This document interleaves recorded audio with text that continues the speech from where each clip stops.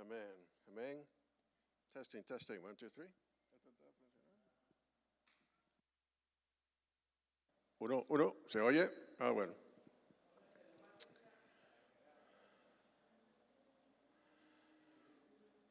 ¿Tenemos alguna duda? ¿Nos queda alguna duda de que estamos en el medio de una guerra espiritual? ¿Alguna duda? No sé si han notado la celebración, la alegría de algunas personas después del asesinato de Charlie Kirk. ¿Han visto eso en las redes sociales? Algunos de los videos de la gente celebrando. Las personas que he visto no parecen seres humanos. Parece que si estuvieran poseídos por el mismo demonio, de la manera que celebran, la risa, las expresiones faciales. No cabe duda que estamos en el medio de una batalla espiritual. Hoy nos toca hablar acerca del enemigo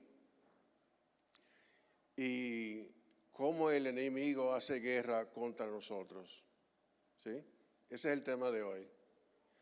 Las clases siguientes, después de esta, van a hablar acerca de la armadura del creyente, la armadura de Dios. Y esas van a ser clases muy bonitas. Estoy contento y alegre de que vamos a estar tocando acerca de la armadura de Dios en el futuro. Pero hoy nos toca hablar del enemigo. Es importante conocer al enemigo. Pregunto, ¿no? ¿Sabe que había un chino? Perdón, me voy a parar donde tengo que estar de pie, acá. ¿Sabe que había un chino de nombre Sun Tzu que 500 años antes de Cristo, gracias pastor, yo creo que me va a hacer falta esa agüita. 500 años antes de Cristo, Sun Tzu escribió un libro que se llama El arte de la guerra. Es un libro finito, se lo recomiendo.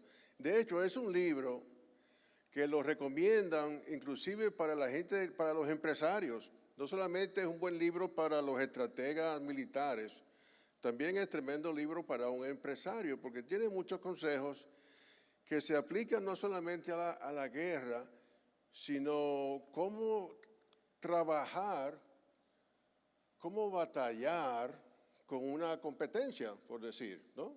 Tremendo libro. Uno de los consejos que da Sun Tzu, por ejemplo, es que usted nunca permite que el enemigo escoja el campo de batalla.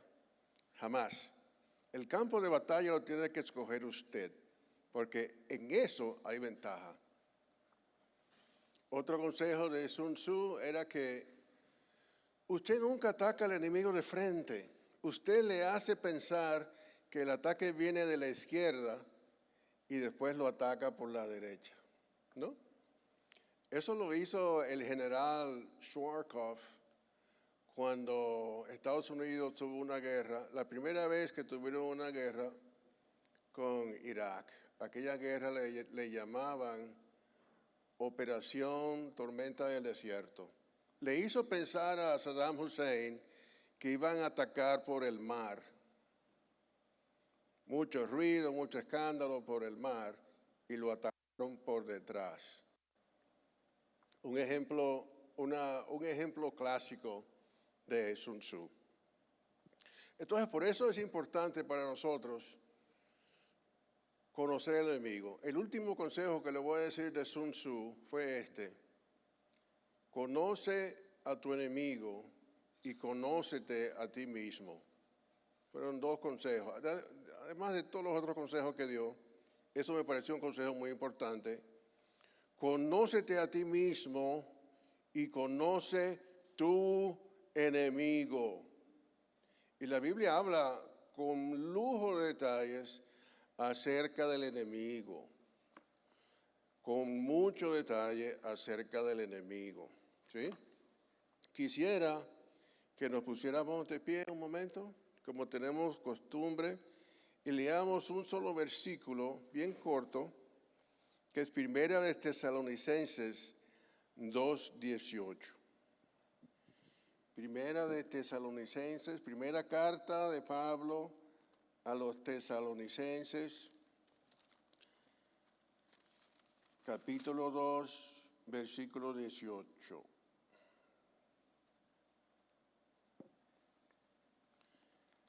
Dice así, puesto de pie, amén. Dice, por lo cual quisimos ir a ustedes, yo Pablo, una y otra vez, pero Satanás nos lo impidió. Otra traducción dice, pero Satanás nos estorbó. Puede sentarse, gracias. Este es el versículo que usa el príncipe de los predicadores, Charles Spurgeon, el versículo central en el capítulo 8. Estamos en el capítulo 8 del libro, capítulo 8. No voy a estar leyendo mucho acerca del libro. Es tremendo capítulo. Me gustó muchísimo todo lo que dijo aquí Charles Spurgeon. Básicamente, basado en este versículo, él dice lo siguiente: no sabemos exactamente de qué manera Satanás estorbó a Pablo. Pablo, el apóstol, tenía un deseo de visitar a los hermanos en Tesalónica. Él los quería ir a ver. En otro pasaje les dice que él los estimaba mucho, los quería mucho a esta iglesia. Si recuerdan, cuando Pablo llegó a Tesalónica, se armó un alboroto, porque él tenía la costumbre de ir a visitar a los judíos cuando se congregaban en la sinagoga el día sábado. Esa era su costumbre cuando iba de ciudad en ciudad, buscaba ver dónde estaban los judíos. Eso es porque, bueno, Romanos capítulo 1 dice, porque no me avergüenzo del evangelio, porque es poder de Dios para salvación al judío primeramente y después al griego. ¿Sí? Esa era la costumbre de Pablo, ir primero al judío a predicar el evangelio y después a los gentiles. En Tesalónica, cuando estaba Pablo predicando y compartiendo el evangelio con los judíos, se armó un alboroto de tal manera que los hermanos tuvieron que sacar a Pablo de allí. ¿Y se fue a dónde? A Berea, que lo estaba mencionando el hermano en la oración. Fue a Berea.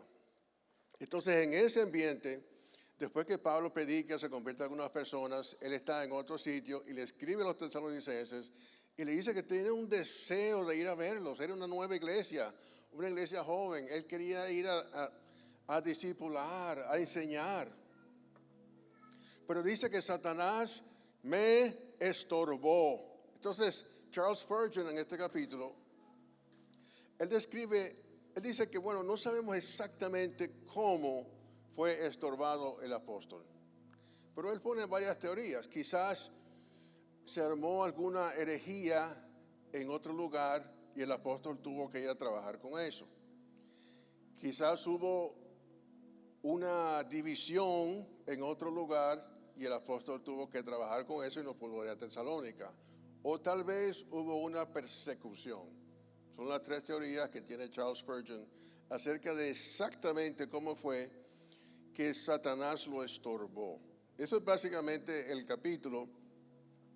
El pastor Arel me pidió que hiciera dos cosas, además del capítulo 8 del libro, también desmenuzar, hacer una exégesis, un análisis, un estudio acerca de Efesios 6:12.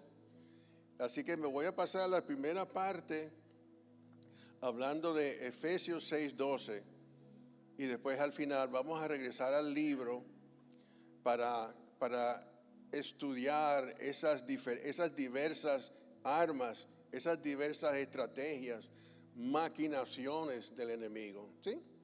Ese es el plan. Efesios 6:2. Pero antes quisiera leer un parrafito aquí en el libro. Estoy en la página 126. Y quizás es lo único del libro que voy a tener tiempo de hablar o de leer directamente. Dice así el príncipe de los predicadores, Charles Spurgeon.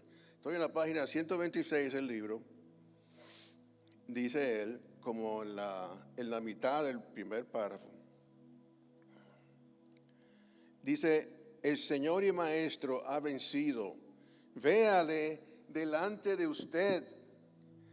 Él, que nuestro Señor, Él ha luchado contra el enemigo y aplastado su cabeza. Satanás ha sido completamente vencido por el capitán de su salvación y esa victoria fue representativa. Él luchó y venció por usted y por mí. Usted tiene que contender con un enemigo derrotado, que sabe y siente su desgracia, aunque pueda luchar desesperadamente, no puede hacerlo con verdadero coraje, porque no tiene esperanza de alcanzar una victoria definitiva. Por lo cual, pelee, porque Cristo le ha sometido abajo con él, porque Jesús le tiene bajo sus pies.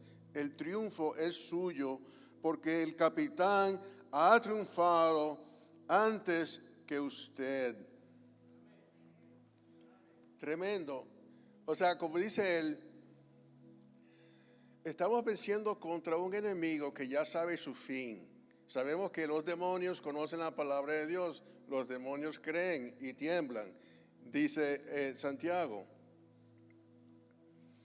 Sabemos también que el libro de Apocalipsis describe, capítulo 20 de Apocalipsis, versículo 10, que Satanás fue, y lo cuenta, lo describe como si estuviera en el pasado. Satanás fue arrojado en el lago de fuego que arde, en el lago que arde con fuego y azufre, donde estaba ¿quién? El anticristo y el falso profeta. Ya estaban ahí esperándolo.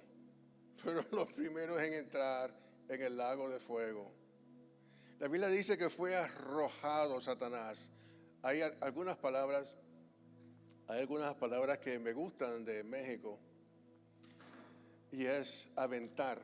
Es una palabra que no usamos en mi cultura, pero usan en México. Aventar algo, aviéntalo por la ventana. Satanás fue aventado en el lago de fuego. En Dominicana usan otra palabra que no es español, es un dominicanismo, que dice que fue de jondear algo. Satanás fue aventado, fue jondeado, fue descartado como una basura ya en el lago de fuego.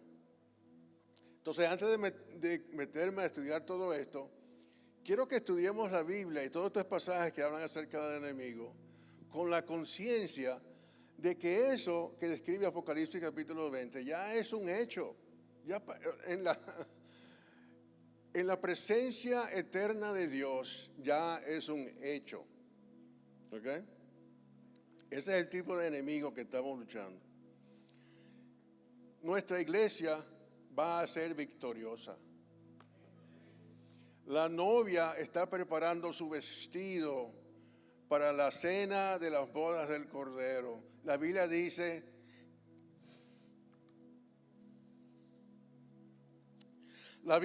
que las puertas del Hades no prevalecerán contra la iglesia de Cristo.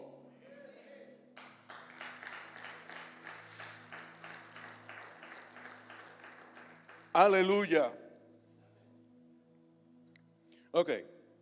Efesios 6:12, si lo tienen ahí, dice así: en conclusión, no tenemos ninguna razón de tener miedo a las potestades y a los principados, ningún motivo de ansiedad, porque vamos hacia una victoria. Efesios 6:12 dice así: porque no tenemos lucha contra sangre y carne, sino contra principados, contra potestades, contra los gobernadores de las tinieblas de este siglo, contra huestes espirituales de maldad, ¿a dónde? En las regiones celestes. Entonces vamos a desmenuzar vamos a analizar a fondo este versículo, Efesios 6:12. Y lo que sigue después de Efesios 6:12 es la armadura de Dios. La armadura que Dios tiene preparada para el creyente. La armadura que Dios ya nos ha dado. Pero vamos a pasar un rato aquí hablando de 6:12, que habla acerca de básicamente la organización del enemigo. ¿Estamos claros? Primero que nada, en la Reina Valera comienza diciendo, la Reina Valera de 60, dice no tenemos lucha. Pero esa frase también se puede decir, nuestra lucha no es contra sangre y carne, ¿ok? Otra traducción podría ser, no estamos luchando contra sangre y carne. Es una diferente manera de traducirlo. Ahora bien, la palabra lucha, me gusta esa palabrita. La palabra lucha aquí es palé. Nuestro palé no es contra sangre y carne. Y se refiere a un deporte, específicamente se refiere a un deporte en las Olimpiadas que nosotros en el día de hoy le llamaríamos lucha libre. No lucha libre de los fantasiosos que hay, sino lucha olímpica. ¿Comprende cuál es la lucha olímpica? Es un deporte que a mí jamás se me ocurriría practicar. ¿Por qué? Porque es un deporte muy cercano al contrincante.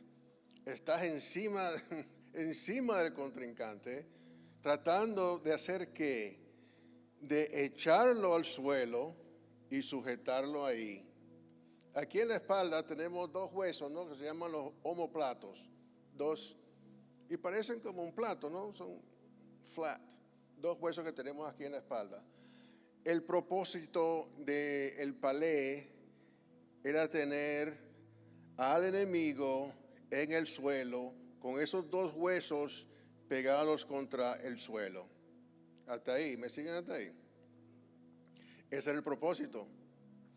Había otro deporte muy diferente que es pugme, que en español es pugilato. Yo no sé si ustedes usan esa palabra, pero en mi cultura un pugilato es como decir un tirijala. Se armó un bochinche, un revolú, un pugilato. Pero no, pugilato quiere decir boxeo. De hecho, al boxeador le dice un pugil. Eso no es lo que está hablando Pablo.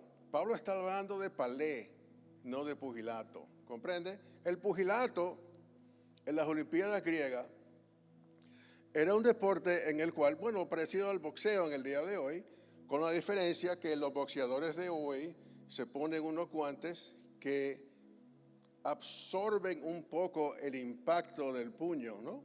Ese es el propósito de los guantes en el día de hoy, es proteger un poquito al que le están dando el puñetazo y también la mano del que está dando el golpe.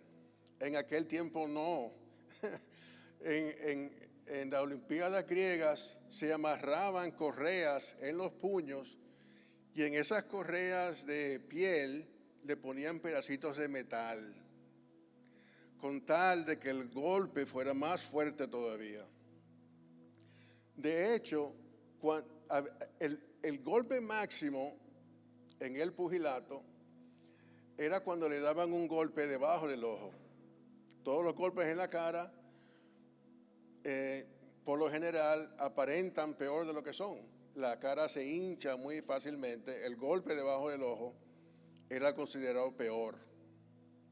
Y precisamente esa palabrita debajo del ojo es la que Pablo usa cuando Pablo dice, golpeo mi cuerpo y lo pongo en servidumbre. Se refiere a ese golpe debajo del ojo, el peor golpe del pugilato. Pero hago la comparación porque el palé, nuestra lucha es que nuestro enemigo nos quiere en el suelo. Por eso la importancia de esa palabrita. El enemigo no es que me quiere dar unos golpes y me quiere poner a sangrar. El enemigo me quiere en el suelo. Pero ¿qué dice la Biblia? 7 veces cae el justo y vuelve a levantarse. Si el enemigo me quiere en el suelo, ¿qué voy a hacer? Amén, amén, hermano. Si el enemigo me tumba al suelo, lo que voy a hacer es levantarme. ¿Qué voy a hacer? Me levanto. 7 veces cae el justo y vuelve a levantarse. Esa es la importancia de conocer esa palabrita. El enemigo me quiere en el piso, pero Dios me quiere en alto. Humillado solamente delante de su presencia. Aleluya, gloria a Dios. Cuando caigas, levántate. Algunos otros versículos que tienen que ver con esta lucha, por ejemplo, 1 Corintios, y vamos a estar leyendo mucha Biblia. Voy a hablar poco, yo quiero que la palabra de Dios nos hable y penetre bien en nuestros oídos. 1 Corintios 9, 25 al 27. Todo aquel que lucha, de todo se abstiene. El luchador, el deportista griego, tenía que abstenerse de cosas. En nuestra lucha cristiana, una de las cosas que vamos a hacer es abstenernos de los deseos de la carne. Eso es parte de nuestra lucha espiritual. No estamos, como decía el pastor Arel la semana pasada, el tema de la lucha espiritual no es buscar a ver cuáles son los espíritus que están presentes. No, eso no tiene nada que ver. La lucha espiritual de nosotros es muy diferente. Uno de los pasos, abstenernos. Segunda de Timoteo 2:5, el que lucha como atleta no es coronado, sino lucha legítimamente.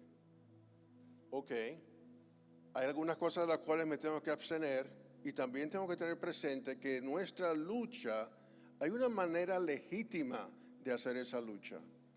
Y vamos a seguir leyendo acerca de esa lucha. Hay una manera legítima. Tengo que competir de acuerdo con las reglas, las normas. Si no, soy descalificado. Si no estoy luchando con el contrincante en el palé de la manera que tengo que hacerlo, me descalifican y gana el enemigo, ¿no? Entonces, también quiero hablar de otra palabrita, que es la palabra batalla. Hablamos de lucha, hablamos de pugilato.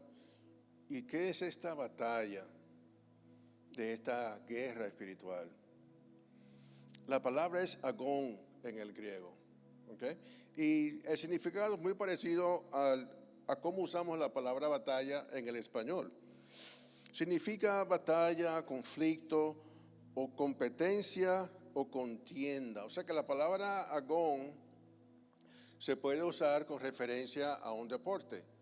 Se puede hacer con referencia a una campaña electoral, una contienda electoral. O también se puede usar con referencia a una guerra bélica. Todo eso está incluido. Primera Timoteo 6:12 dice lo siguiente: pelea la buena batalla de la fe. Agonizomai, kalon, agón. De esta palabra sacamos la palabra en español agonía. O sea que cuando estamos hablando de que alguien está en una agonía, realmente lo que estamos diciendo es que esa persona está en medio de una batalla. En español, por lo general, una persona está agonizando, se está muriendo, ¿no? Pero viene del griego, que en realidad lo que significa es batalla, agonizomai. Eso es lo que dice Pablo. Literalmente Pablo está diciendo, he batallado la buena batalla. He batallado la buena batalla. ¿Sí? Y le dice a Timoteo, pelea la buena batalla de la fe. Estamos aprendiendo un poquito más acerca de esta guerra espiritual. La batalla de la fe. tiene dos significados aquí, ¿no? Uno es mi fe, mi dependencia en Dios, que yo creo lo que la palabra de Dios dice, pero también quiere decir el contenido de mi fe, todas las cosas que yo creo. Casualmente este año hemos perdido varios guerreros de la fe. Una de las personas que siempre he admirado fue el pastor John MacArthur. Pasó a la presencia del Señor hace un tiempo atrás, ¿no? Tengo 45 años en el Evangelio. Cuando me convertí al Señor, John MacArthur ya era pastor en California. Y póngase a pensar en eso.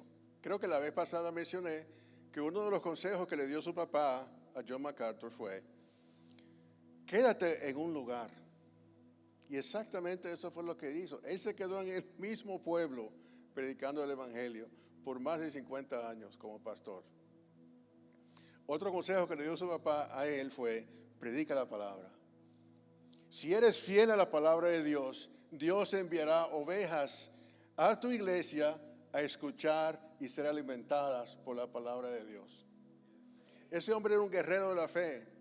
¿Usted sabía que John MacArthur se enfrentó al gobernador de California? Primero que nada, y yo creo que eso fue lo que enojó a ese endemoniado que tienen como gobernador en California.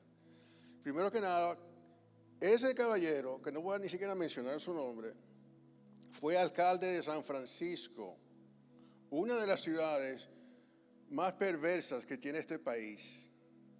Él fue alcalde allá, el tipo que es gobernador ahora. Y siendo él alcalde,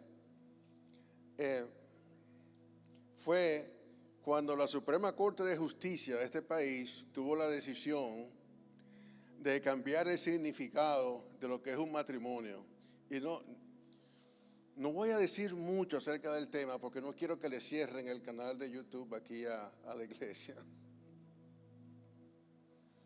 Tengo que morderme la lengua.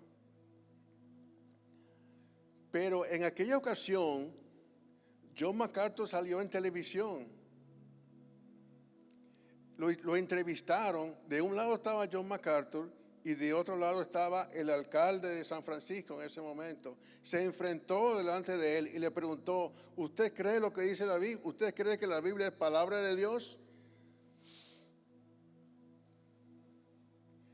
Hasta que por fin, ok, sí. Entonces cuando lo dijo que sí, entonces John MacArthur entró con la Biblia delante de las cámaras de televisión, se enfrentó a él. Y después, siendo ese tipo gobernador, vino la supuesta pandemia. Y California, ¿saben lo que hicieron en California? De nuevo, guerra espiritual.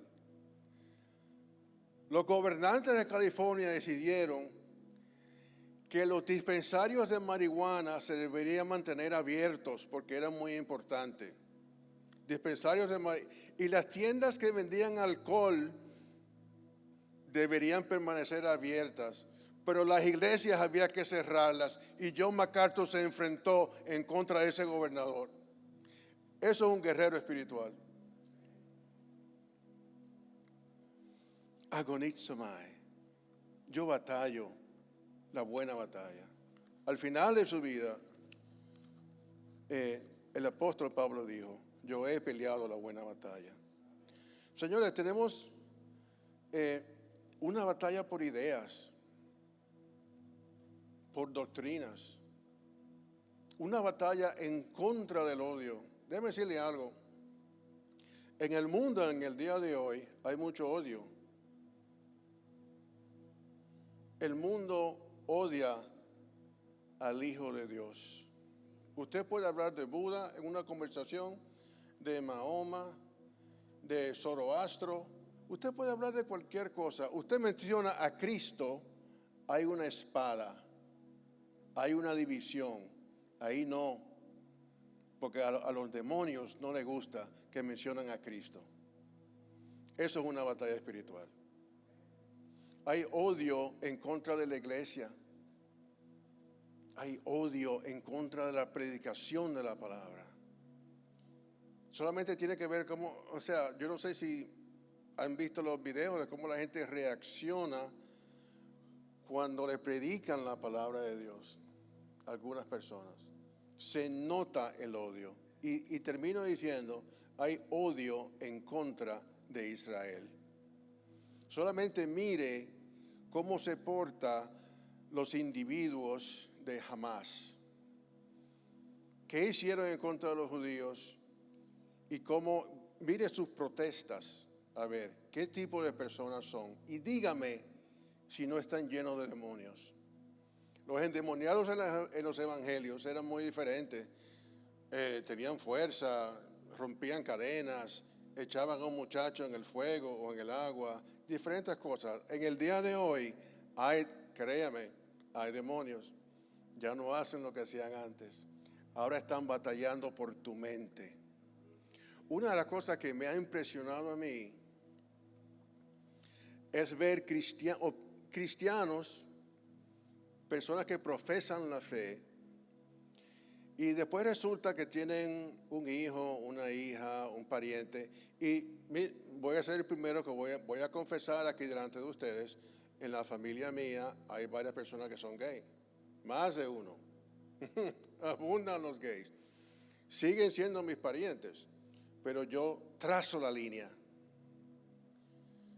Me impresiona cómo algunos profesantes cambian inmediatamente su cristianismo cuando resulta que tienen un hijo, una hija, hermano, hermana, lo que sea, gay. Escuché a una hermana y eso me dejó marcado, porque era una persona con la cual, una pareja con la cual teníamos comunión con cierta regularidad, decirme que nosotros en la iglesia perseguíamos a ese tipo de personas,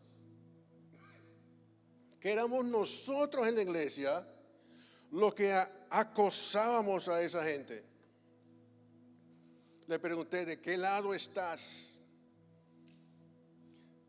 La propaganda que tienen es tremenda y es efectiva. Inclusive algunos profesantes en la fe son convencidos de que somos nosotros los malos, que la iglesia son los malos en contra de ese tipo de personas.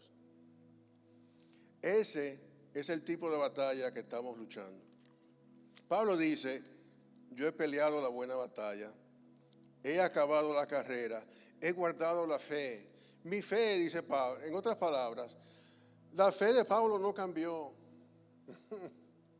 La fe del apóstol no dependía de los diferentes vientos de doctrina que estaban azotando al mundo. Nosotros no podemos darnos el lujo de ceder una pulgada a lo que el mundo está enseñando.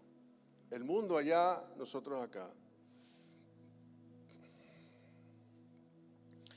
Dice Primera de Pedro 2:11, también habla el tema de la batalla. Dice, amados, yo os ruego como a extranjeros y peregrinos. ¿Qué somos?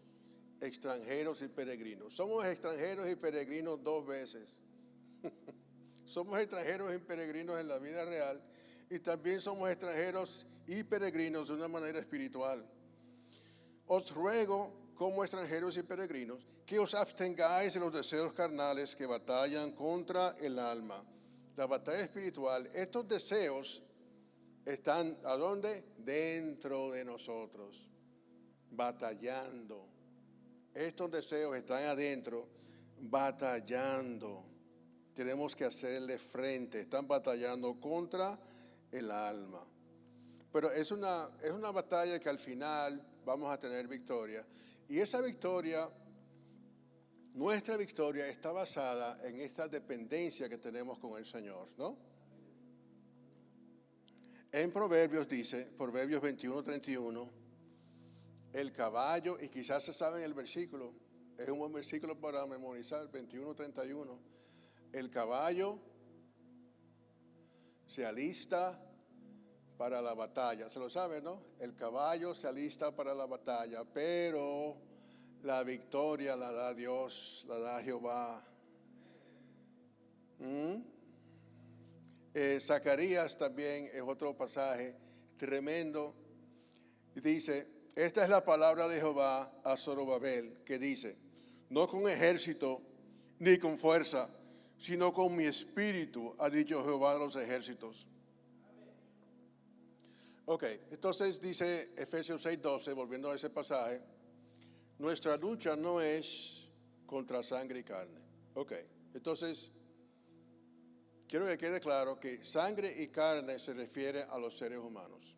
Ok, leí un comentarista que se pasó páginas hablando de que nuestra batalla, sí, dice así, pero nuestra batalla es contra los seres humanos.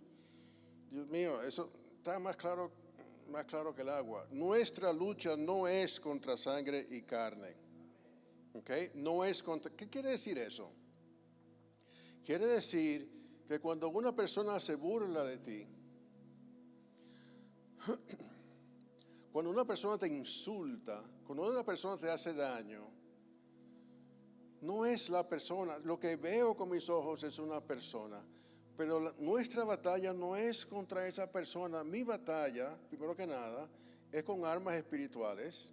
Mi fe, la salvación, la verdad, la coraza de justicia, el apresto del evangelio. Esas son mis armas, primero que nada. Número dos, esa persona comprende que esa persona está siendo empujada por principados y potestades. Lo están llenando de odio en contra tuya.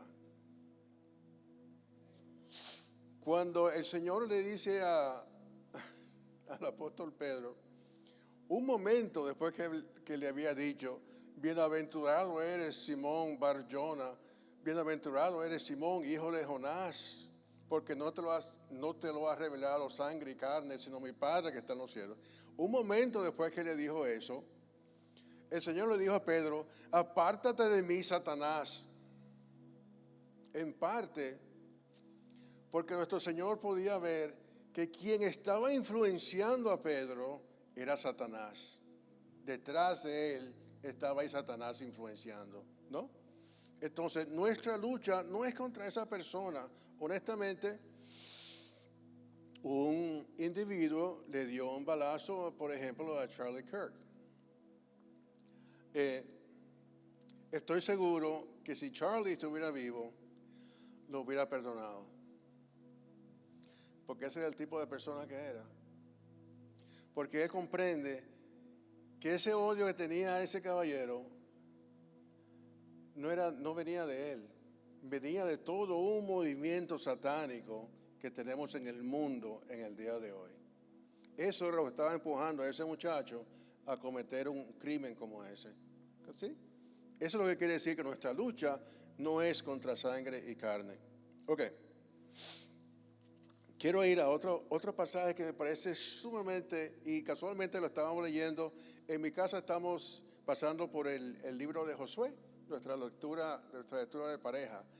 Y yo le exhorto a cada varón aquí que en su hogar debe tener varias lecturas. Una es la lectura con su familia y otra es la lectura usted solo con el Señor, su lectura de adoración, su lectura de estudio y su lectura familiar. ¿Sí? Todo eso debería estar sucediendo en el hogar. Y en el hogar estamos leyendo Josué. Y en Josué capítulo 5, versículo 13, leemos esto y me parece sumamente interesante en el tema de la batalla espiritual. Josué 5:13 dice, estando Josué cerca de Jericó, o sea, el momento es que finalmente han cruzado el Jordán, ¿sí? Están listos, están alistándose ya para ir a atacar a Jericó. Y Josué tiene este episodio. Estando Josué cerca de Jericó, alzó los ojos y vio un varón que estaba delante de él, el cual tenía una espada desenvainada, una espada desnuda en su mano. Cuando usted saca la espada, es porque va a hacer algo con ella, ¿no? Y Josué, yendo hacia él, le dijo, ¿eres de los nuestros o de nuestros enemigos? En la mente de Josué solamente había dos bandos. ¿Está conmigo o está con la gente de Jericó? Y era un caballero impresionante. Me imagino que Josué hizo la pregunta temblando. Y fíjate que de la manera que responde ese varón es no, queriendo decir ninguna de las anteriores. ¿Estás conmigo o estás con el enemigo? El varón le dice no. Mas como príncipe del ejército de Jehová he venido ahora. Entonces Josué, postrándose sobre su rostro, le adoró y le dijo: ¿qué dice mi señor a su siervo? El príncipe del ejército de Jehová respondió Josué: quita el calzado de tus pies, porque el lugar donde estás es santo. Y Josué así lo hizo. No me voy a meter en quién era este personaje, pero solamente voy a decir dos cosas. Número uno, Josué se postra y el príncipe de los ejércitos de Dios no lo corrige. Punto número uno. Compare eso como cuando Juan se postra delante de un ángel en el libro de Apocalipsis, el ángel inmediatamente lo corrige y le dice: mira, no lo hagas, yo soy consiervo tuyo, adora a Dios. ¿Sí? Aquí este personaje no corrige a Josué. Punto número uno. Punto número dos, cuando Josué le pregunta ¿qué hago?, el príncipe de los ejércitos de Jehová le dice: quita el calzado de tus pies. Lo mismo que le dijo Dios en la zarza ardiente en el monte ¿cuál? En el monte Horeb. Le dijo a Moisés: quita el calzado de tus pies. Pero ese no es el punto. Al punto que quiero ir es que Josué se estaba preparando para su batalla y se encuentra con el príncipe de los ejércitos de Dios. Josué no tenía ni la menor idea del ambiente angélico que estaba sucediendo. Él no tenía una idea. Él iba a pelear contra la gente de Jericó. Josué, su preocupación era obedecer a Dios, ser fiel a Dios. Capítulo 1 en Josué, el Dios le dice a Josué: esfuérzate y sé valiente. No temas, siempre estaré contigo. Ese era el tema de Josué. No era que si había ángeles, que si había espíritus, él no sabía. El príncipe de los ejércitos de Dios básicamente le está diciendo: tú en lo tuyo, tú haz tu trabajo, yo tengo el mío. Hay otra batalla que tú no conoces, en otras palabras. Tu batalla. Y Josué lo hizo bien. ¿Qué hizo? Se humilló delante de Dios. Cometió un par de errores. Si lee los primeros 7 capítulos de Josué, se da cuenta que hubo un par de errores que cometió, ¿no? Pero definitivamente fue un general victorioso delante del Señor. ¿Ok? De modo que igual nos pasa a nosotros. Nosotros no nos tenemos que estar preocupando de dónde están los ángeles, que no sé qué, que si los, como decía el pastor, los espíritus territoriales. No, eso no me compete a mí. Dios se encarga de eso. Lo mío es obedecer la palabra de Dios. ¿Ok? Entonces, nuestra lucha no es contra sangre y carne, sino contra principados y potestades. Ahí nos vamos a pasar un ratico en los principados y potestades.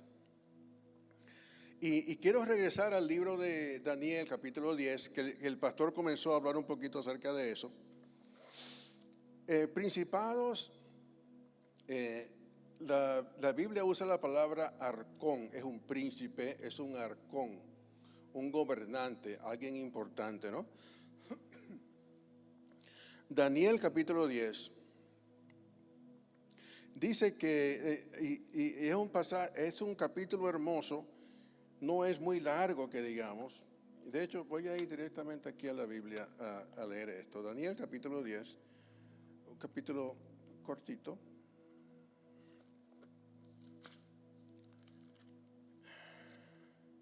Ezequiel, Daniel.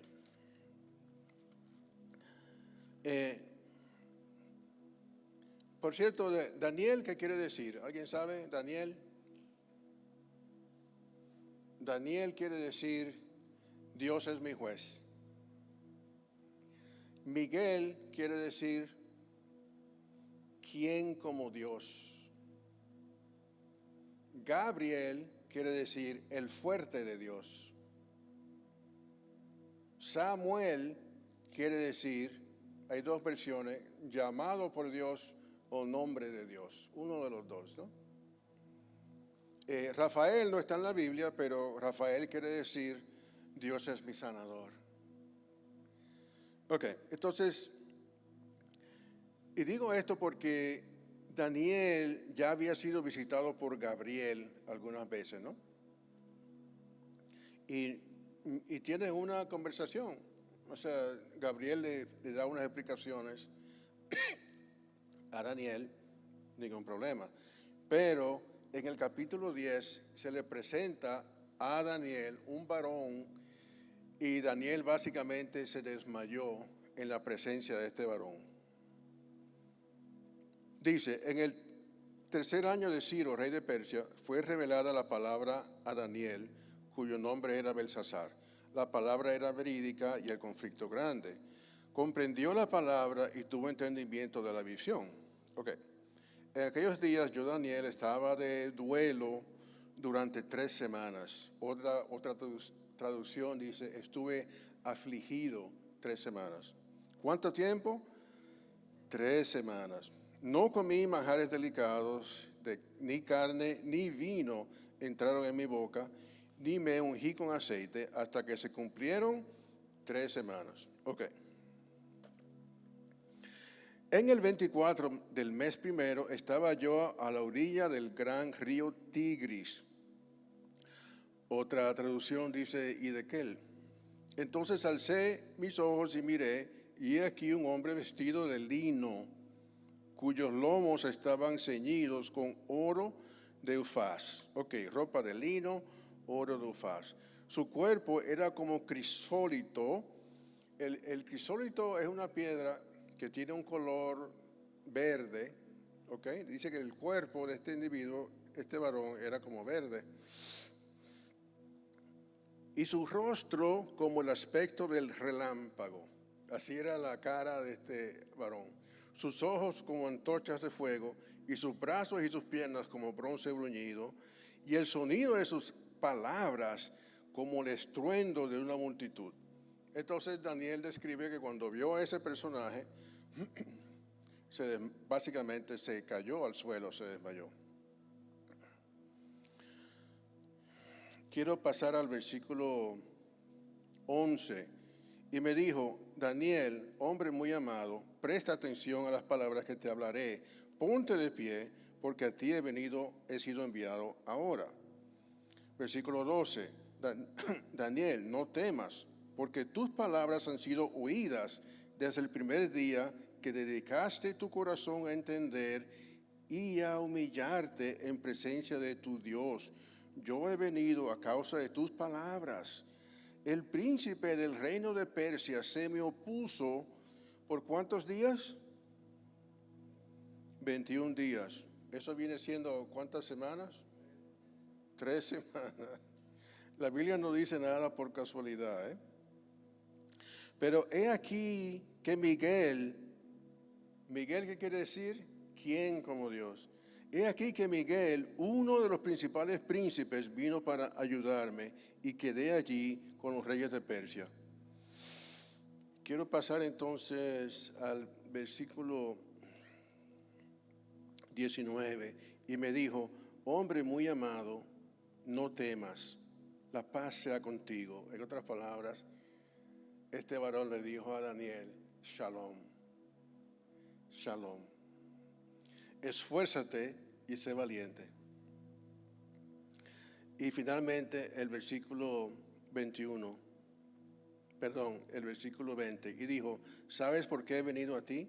Pues ahora tengo que volver para combatir con el príncipe de Persia. Y cuando yo haya concluido, he aquí que viene el príncipe de Grecia. Ok.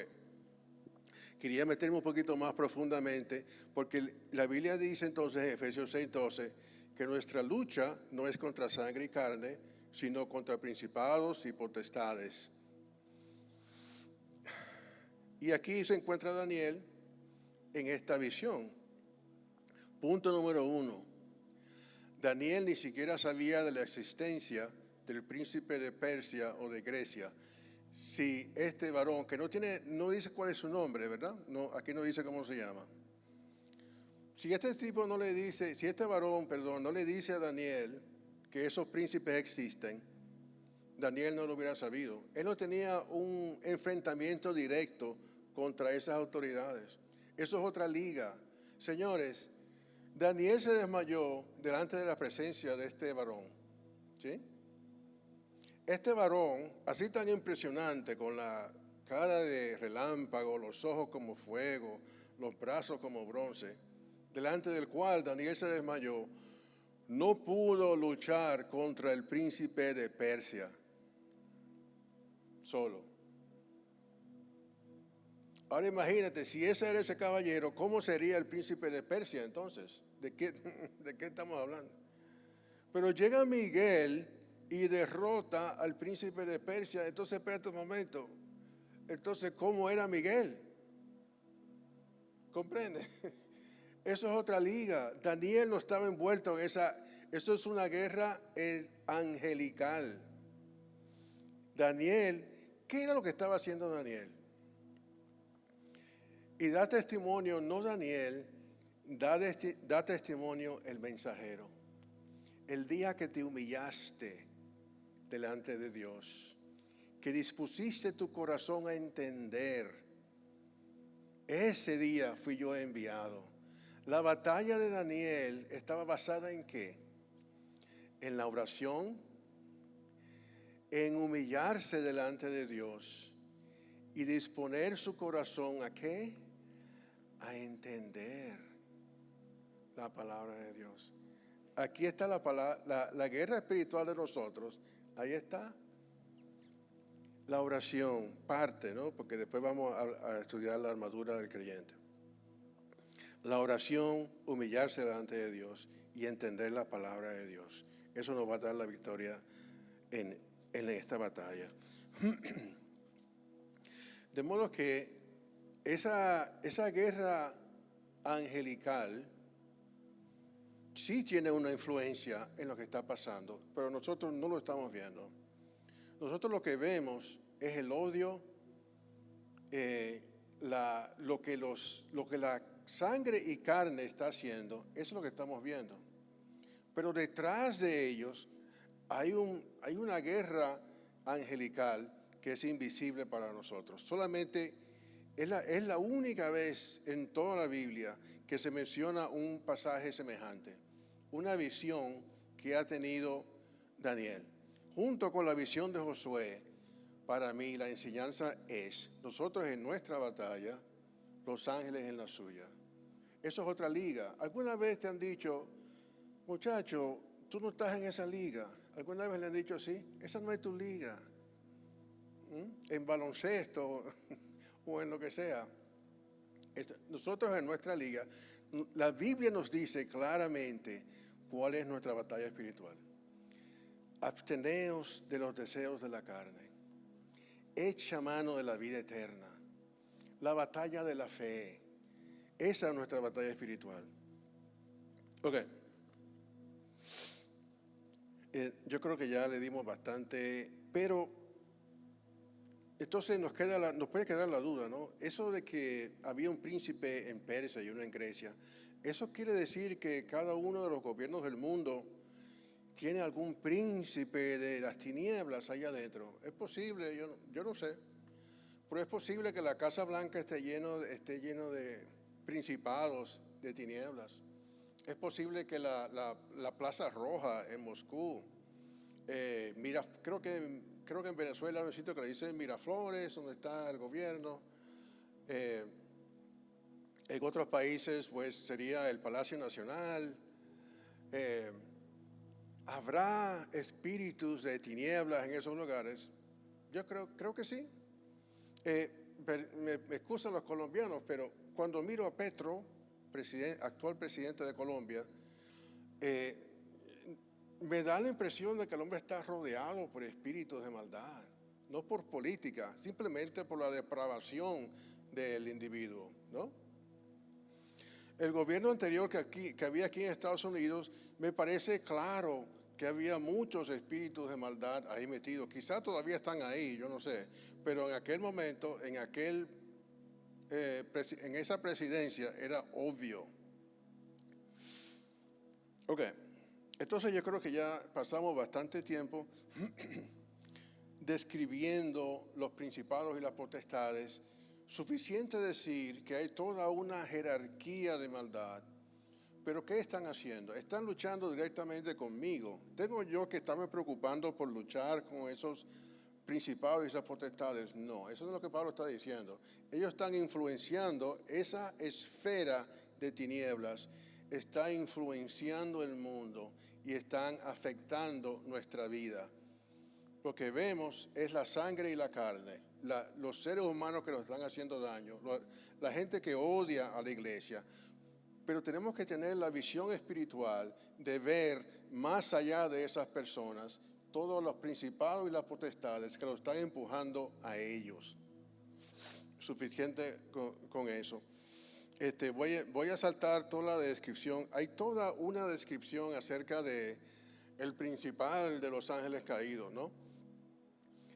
No voy a leer todo eso, pero suficiente decir que tenemos que borrarnos de la mente la imagen de Hollywood acerca de Lucifer. No es un señor todo rojo con unos cachos, unos cuernos. A veces lo presentan como con un tridente o con un látigo, con su trono en el infierno, rodeado ahí de todos sus secuaces. Eso no tiene ni un poquito de veracidad.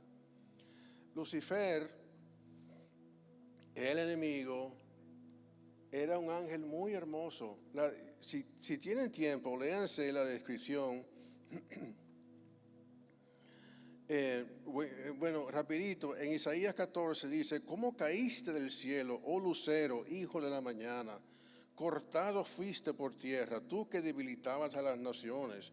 Tú que decías en tu corazón: subiré al cielo en lo alto, junto a las estrellas de Dios. Eso no es el Señor con los cachos. Ezequiel 28:12: hijo de hombre, levanta endechas sobre el rey de Tiro y dile así: así ha dicho Jehová el Señor, tú eras, ¿cómo fue? Eras el sello de la perfección, lleno de sabiduría y acabado de hermosura. En Edén, en el huerto de Dios estuviste, de toda piedra preciosa era tu vestidura, de cornerina, topacio, jasme, crisólito, berilo y ónice, de zafiro, de carbunclo, esmeralda y oro. Los primores de tamboriles y flautas estuvieron preparados para ti en el día de tu creación. Esa fue la partecita que se le olvidó a él. Él era un ser creado por Dios. El Señor Dios Todopoderoso lo había creado y él quería subir y poner su trono en las alturas junto a Dios. Esa fue su caída, fue su orgullo. Estaba orgullo, enamorado de sí mismo, enamorado de su propia hermosura. Narciso le quedaba pequeño, le quedaba corto. Entonces, la expresión principados y potestades es exousia, que quiere decir básicamente su jurisdicción. El príncipe de Persia era su jurisdicción. Daniel vivía ¿dónde? En Persia. Cuando Dios envió el mensajero, un personaje muy impresionante, el príncipe de Persia se le opuso, estaba rebelde en contra de Dios. No quería un mensajero de Dios dentro de su principado, dentro de su potestad. Esta es mi jurisdicción. Eso es una palabrita importante en este país, quizás más que en nuestros países. Si usted es policía, por ejemplo, aquí en Estados Unidos, en el condado de Gwinnett, usted no puede poner una multa en el condado de DeKalb o en Walton. Jurisdicción, eso yo no lo conocía hasta que viví aquí. Aquí son muy rajatabla con eso. Si usted es investigador del IRS,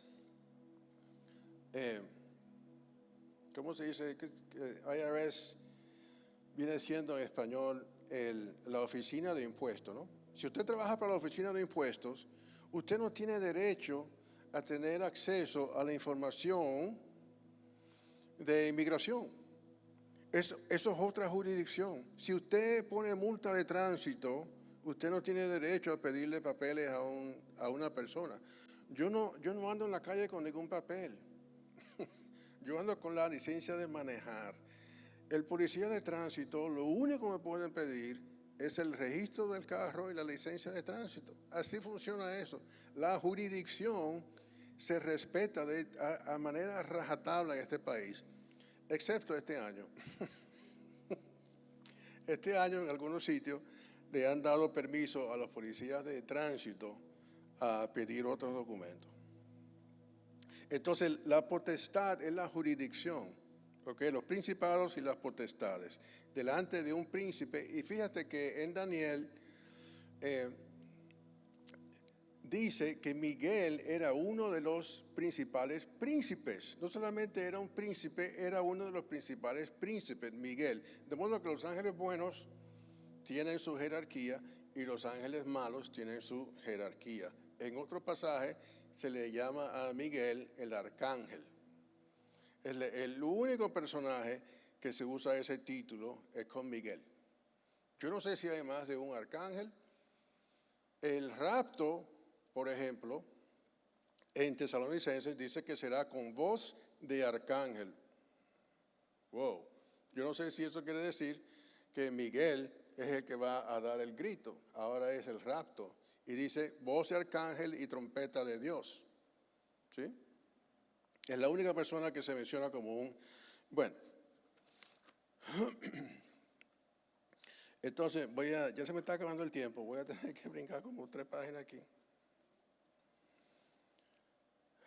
Ok, entonces vamos a hablar, aquí ya los temas del libro.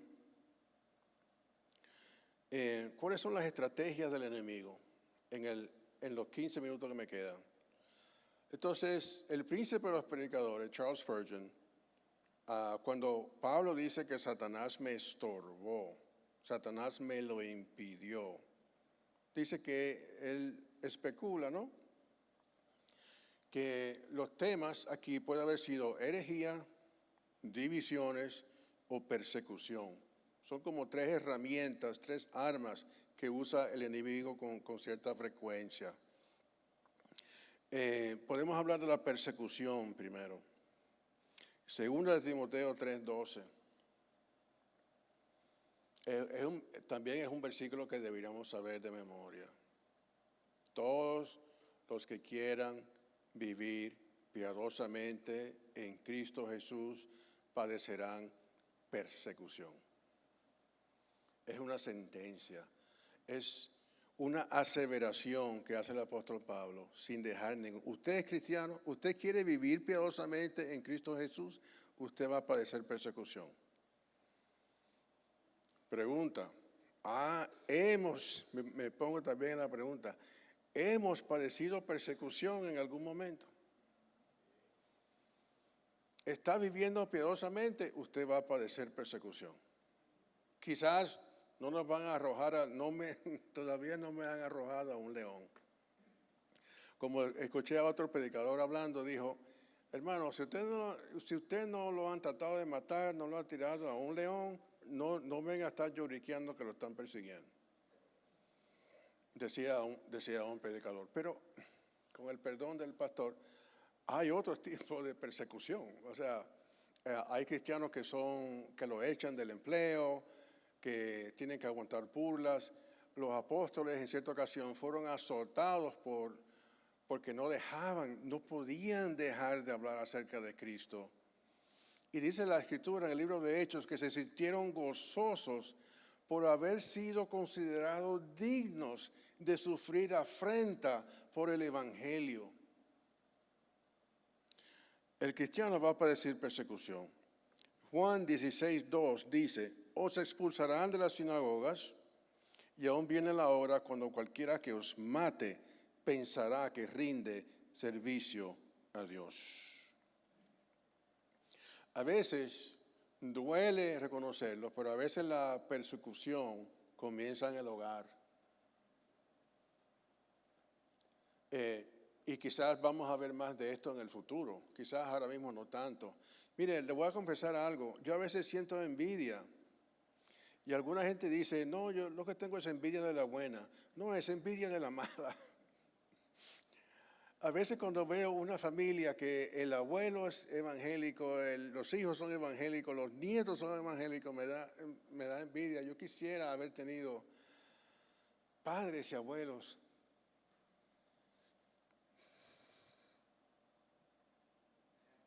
que me hubieran podido dar consejos bíblicos.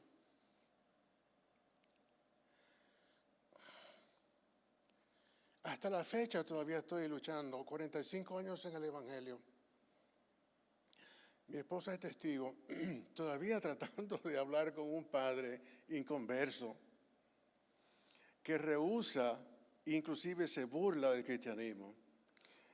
Y hacerlo de una manera de modo que puedo obedecer el mandamiento que dice honrarás a tu padre y a tu madre, pero al mismo tiempo dejándole saber que no acepto burla acerca de mi Salvador en mi presencia. Hay que hilar muy fino para estar cumpliendo esas dos cosas, ¿no?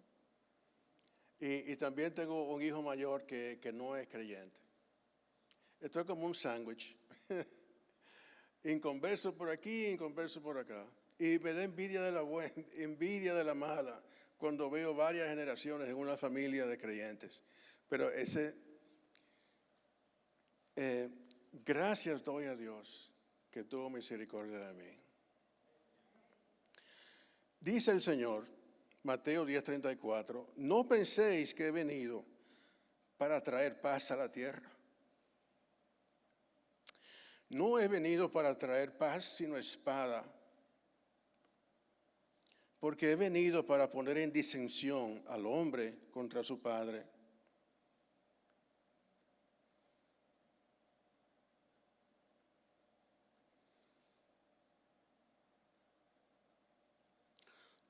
A la hija contra su madre y a la nuera contra su suegra. Y los enemigos del hombre serán los de su casa. Y mira, escuchen, que penetren estas palabras en sus oídos. El que ama a su padre o madre más que a mí, no es digno de mí. Si se quedara ahí fuera fácil. Dice más, el que ama a hijo o a hija más que a mí, no es digno de mí. Y el que no toma su cruz y sigue en pos de mí, no es digno de mí. El que haya su vida la perderá, y el que pierde su vida por causa de mí la hallará. Pregunta, si el día de mañana usted tiene que escoger entre un familiar y Cristo, ¿cuál va a ser su decisión? Si usted ama a cualquier persona más que al Señor, no lo digo yo, no fui yo que lo dije, lo dice la Biblia. Examine, por favor, su corazón. Yo no sé si en el futuro, hay otros pasajes que dice que los hijos entregarán a sus padres a la muerte. Un pensamiento bien sobrio. Esto dice el apóstol Pablo acerca de la persecución. Estoy leyendo en 2 Corintios 11, 23 al 29. 1 Corintios 11 es la cena del Señor y eso. Pero estamos en 2 Corintios. Dice el apóstol, yo más, en trabajos más abundantes, en azotes sin número, en cárceles más, en peligros de muerte muchas veces. De los judíos 5 veces he recibido 40 azotes menos 1.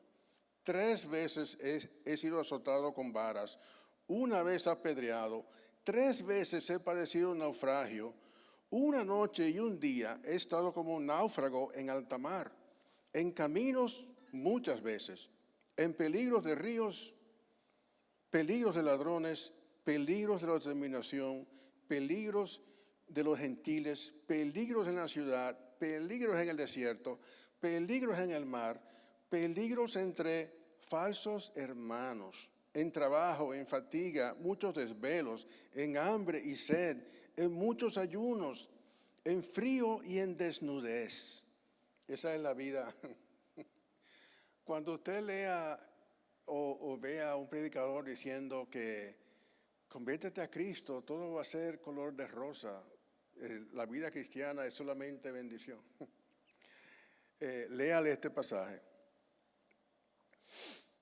Y estoy seguro que el apóstol Pablo no cambiaría su vida por nada en el mundo, pero no fue color de rosa.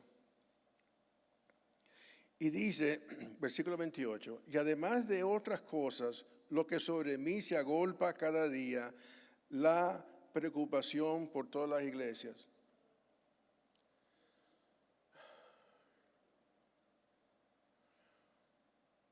Si algún día se ha enojado con un pastor,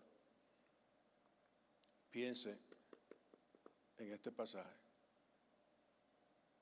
Si algún día usted cree que puede hacer las cosas mejor que el pastor, o que el pastor está equivocado, o siente una crítica en contra de los ancianos, déle mente a esto. Lo que sobre mí se agolpa cada día, la preocupación por todas las iglesias. ¿Quién enferma y yo no me enfermo? ¿A quién se le hace tropezar y yo no me indigno? Eso es parte de la batalla espiritual. ¿Sabe lo que es una batalla espiritual? Es lo que está pasando en la mente y en el corazón de un pastor cuando están sirviendo.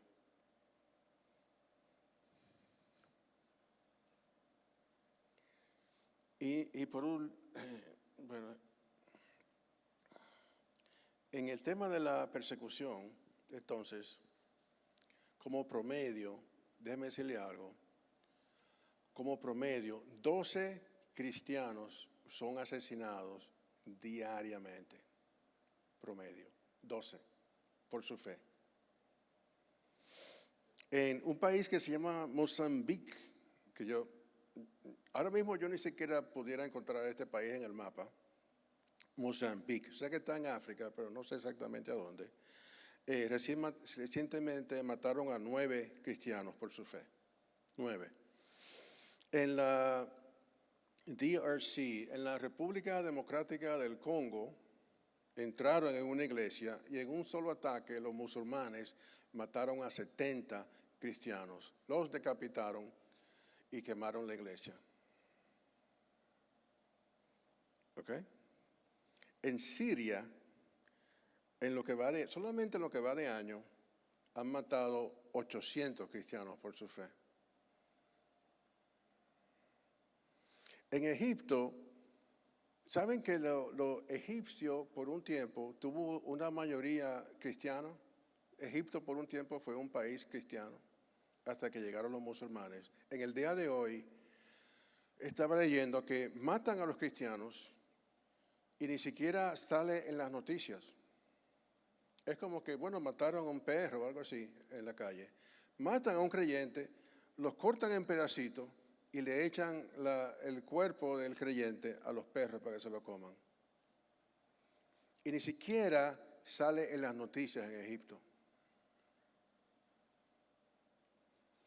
Pero el que se lleva el premio es Nigeria. Nigeria. Últimamente, los musulmanes han asesinado más de 7,000 cristianos. 7,000. Eso, mucha gente habla de genocidio en el día de hoy, ¿no? Eso es un genocidio lo que está pasando en Nigeria. 7,000 cristianos, hombres, mujeres y niños. Eso es la persecución.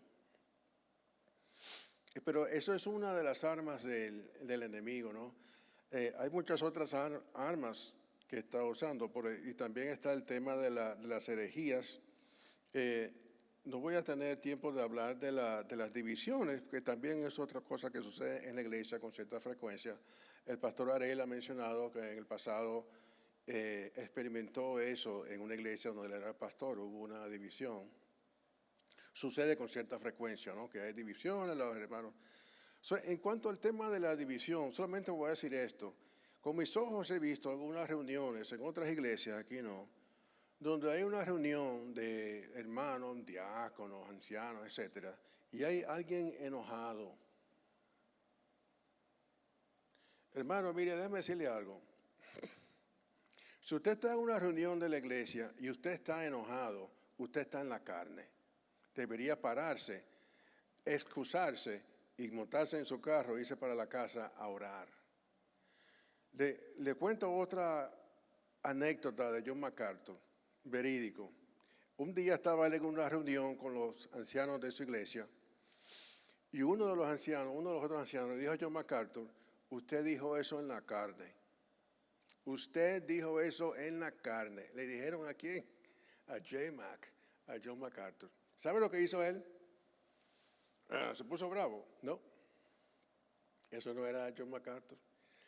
Él se volteó a otro hermano y le preguntó: ¿usted está de acuerdo con él? Sí, usted dijo eso en la carne. Le preguntó a otro: ¿usted está de acuerdo con él? Sí. ¿Qué sabe lo que hizo? Se paró de la reunión, fue a su oficina, cerró la puerta, oró a Dios y regresó a la reunión. ¿Cuántas divisiones tuvo? ¿Cuántas divisiones tuvo John MacArthur en su iglesia? Esos son hombres de Dios, humillados delante de la presencia de Dios. Usted quiere, y escuché otro sermón que me marcó por vida. Fue un sermón que escuché una vez, y ni siquiera fue en presencia, lo vi por video, fue de un pastor hablando acerca de la humildad. Si un día tengo la ocasión, sería bueno tocar el tema de la humildad, porque me marcó. Y el hermano estaba hablando de otro pastor que sí tuvo una división y dijo que ellos se autoexaminaron, y dije que no iba a hablar acerca de la humillación, de la división, pero solamente digo esto. Ese hermano se puso a evaluar por qué tuvimos esa división.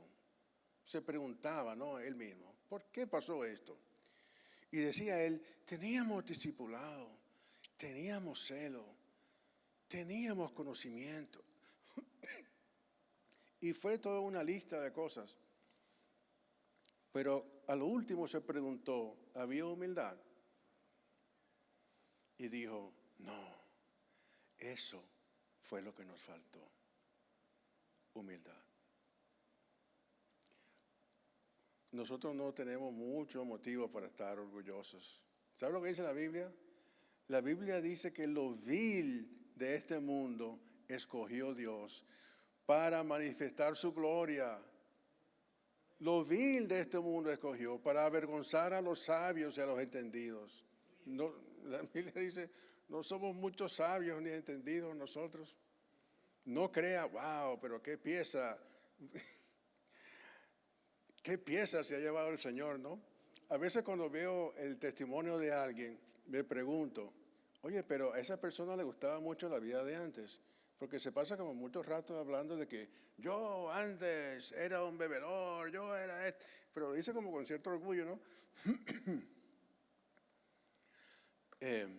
La humildad previene muchas divisiones. Pero vamos a hablar de herejía un momento. Y termino con esto. Gracias por su paciencia. Yo sé que llega el jueves, hemos trabajado duro durante la semana y a veces nos sentimos un poquito cansados. Hay muchas mentiras en el día de hoy.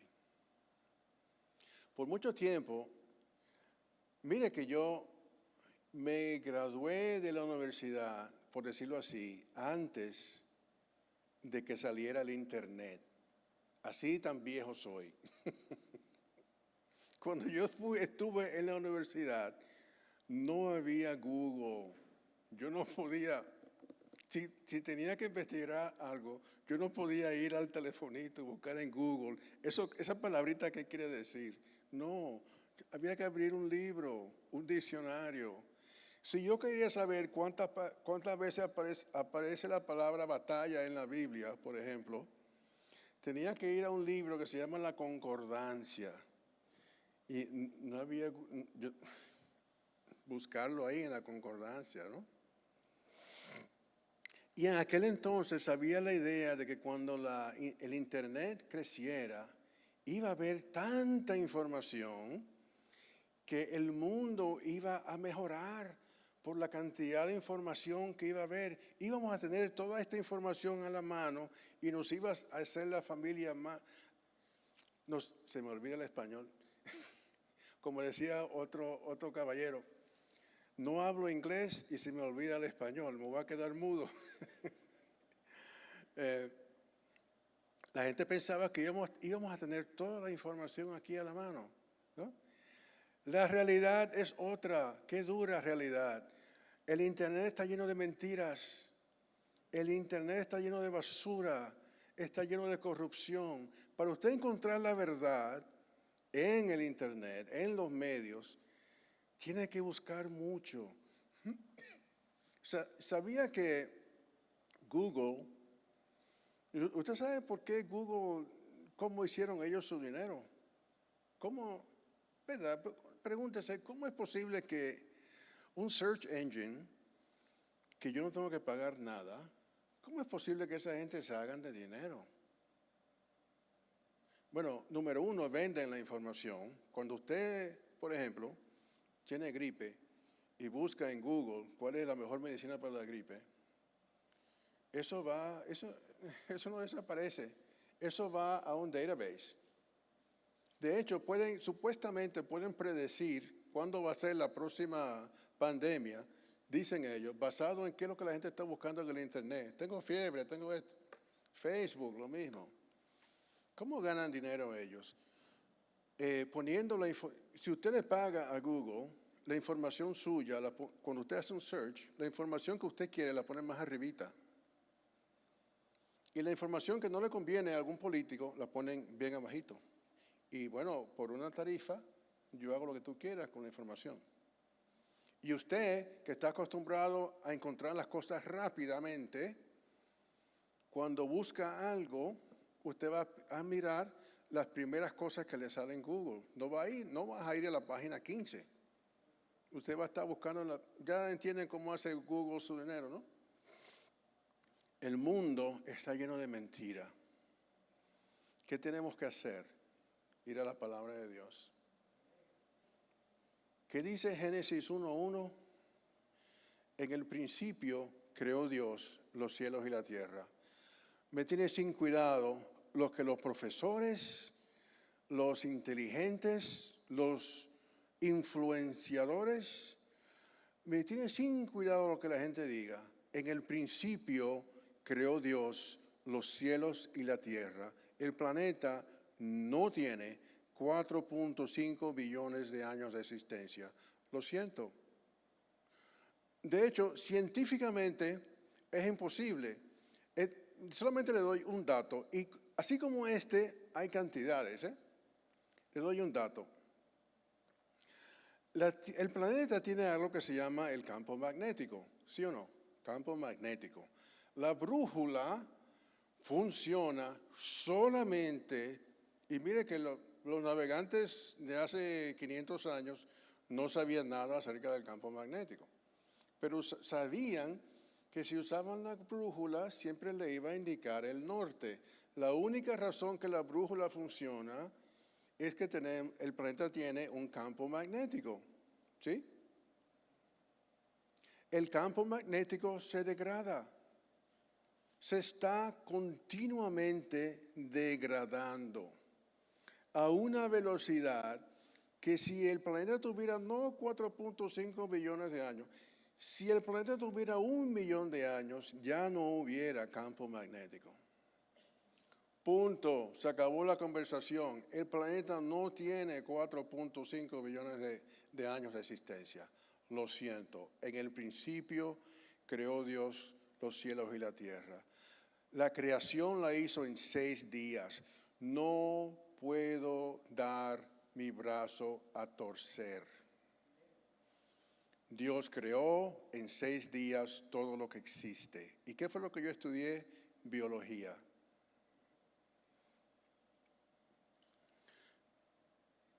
Génesis 1:27, y creó Dios al hombre a su imagen. A imagen de Dios lo creó. Varón y hembra los creó. Hay 2 géneros en el ser humano. 2.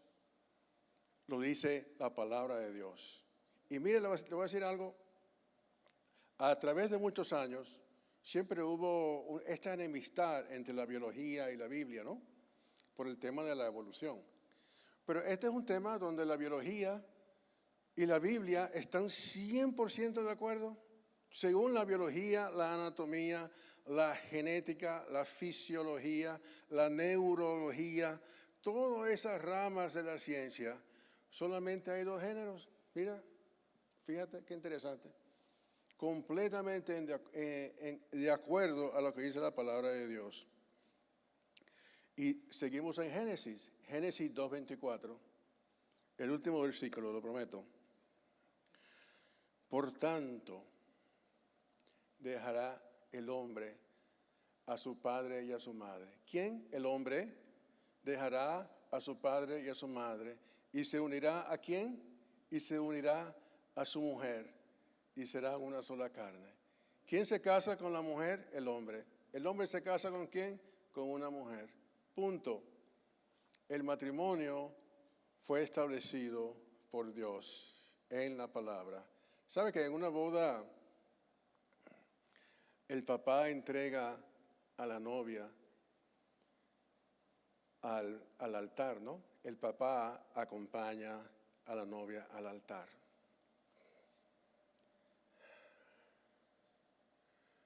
¿Quién le trajo la novia a Adán? Dios. Se la trajo y se la presentó. Y Adán, muy contento, dijo, esta. Después que había visto todos los animales, dijo, esta es carne de mi carne. Amén. El matrimonio lo estableció Dios entre hombre y mujer. ¿Cómo, hermanos, cómo nos protegemos de las herejías? ¿Cómo nos protegemos de las malas enseñanzas? Con la palabra de Dios. ¿Sabe lo que estamos haciendo ahora?